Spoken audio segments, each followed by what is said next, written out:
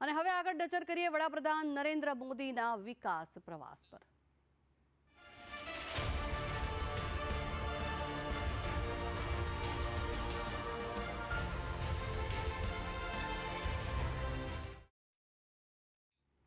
તો વડાપ્રધાન નરેન્દ્ર મોદી આજે ભાવનગરની મુલાકાતે છે। મહિલા કોલેજ સર્કલથી જવાહર મેદાન સુધી રોડ શો યોજવામાં આવશે, ત્યારે સવારે 10 વાગ્યે વડાપ્રધાન નરેન્દ્ર મોદીનો આ રોડ શો શરૂ થશે।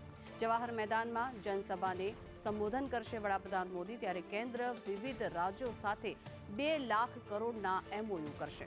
સાગરમાલા 2.0ના 75,000 કરોડના પ્રોજેક્ટની પણ જાહેરાત કરવામાં આવશે, ત્યારે પોર્ટ શિપિંગ મંત્રાલય માટે 66,000 કરોડના MOU થશે। સમુદ્ર સે સમૃદ્ધિ કાર્યક્રમની અધ્યક્ષતા પણ વડાપ્રધાન નરેન્દ્ર મોદી કરશે, ત્યારે કચ્છના દોરડામાં સોલર વિલેજનું પણ લોકાર્પણ કરશે।